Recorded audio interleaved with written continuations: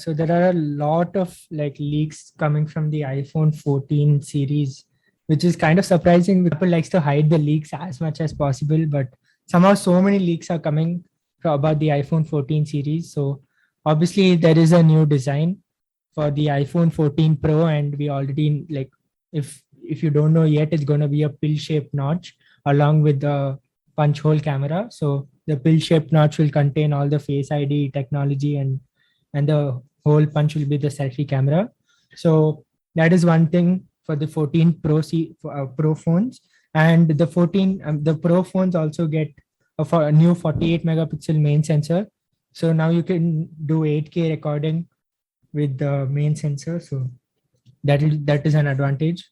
I think like many YouTubers and stuff who use 8K may like prefer, they might like benefit from that.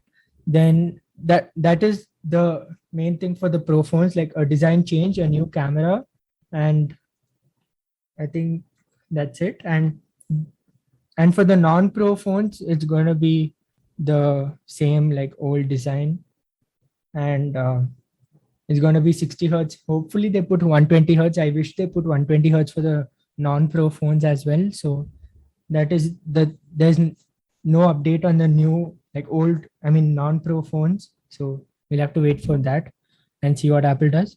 In other news, like there's a leak that, I mean, there's a rumor that came recently that due to supply chain issues, Apple might cancel one or two phones from the iPhone 14 series. Like maybe they just launched the Pro phones and ditch the normal phones, because there was another leak that the normal non-Pro phones are going to come with the A15 chip itself, while the Pro and Pro Max get the A16 chip. So I think if they're facing supply issues, they might just ditch the 14 and 14 Max and just launch the 14 Pro and Pro Max.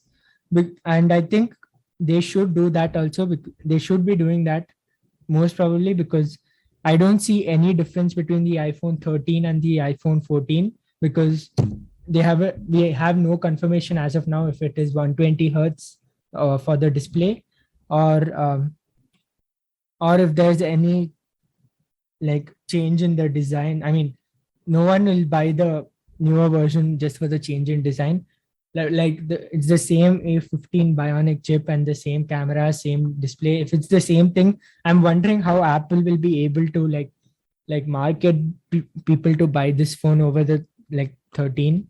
So we'll have to wait and see what Apple has in store for the non-Pro phones.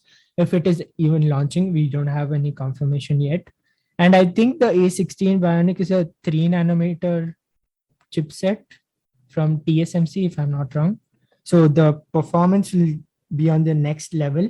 I mean, A15 is already on the next level. Like Qualcomm isn't still able to catch up with Apple. Like I think Dave 2D was testing out the 8 Plus Gen 1 performance on a Asus prototype phone, and I guess the 8 Plus Gen 1 comes close to the A15, but A15 is still way ahead. So if A16 comes out, we'll have to see how powerful it's going to be.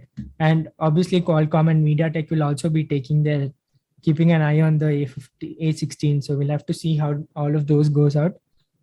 Overall, like iPhone 14 series, like non-Pro phones look kind of hit or miss. It depends on what Apple does to like make a key feature which will help them sell the phone, or maybe they price the non-Pro phones way cheaper, which makes people attracted to it. But the Pro phones are looking really good with the 120 hertz display, the 48 megapixel refresh camera, the design. I don't know, you might not be a fan of the design, but at least it's better than the notch. But many people don't seem to like that design.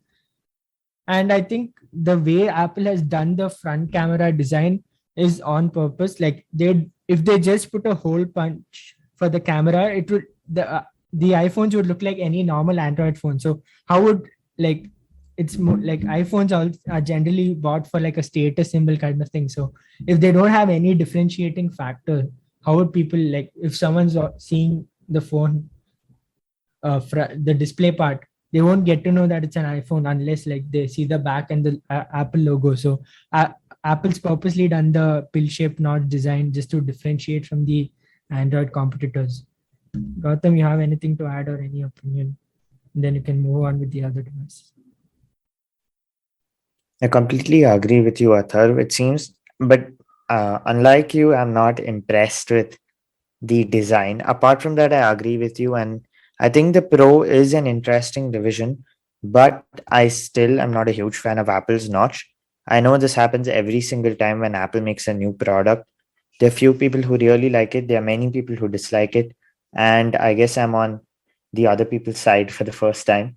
I really don't like this pill-shaped notch. Some people say that it's designed in such a way so that it's symbolic to the eye in the iPhone, which honestly seems like more of a reach. But yeah, but definitely they did it to stand out. But also, we've been noticing that Apple has been doing stuff to not stand out in few products, also like their Macs, where they removed the logos and like stuff like that. Like they removed the pop logos in the front and things like that. So definitely something interesting is going on.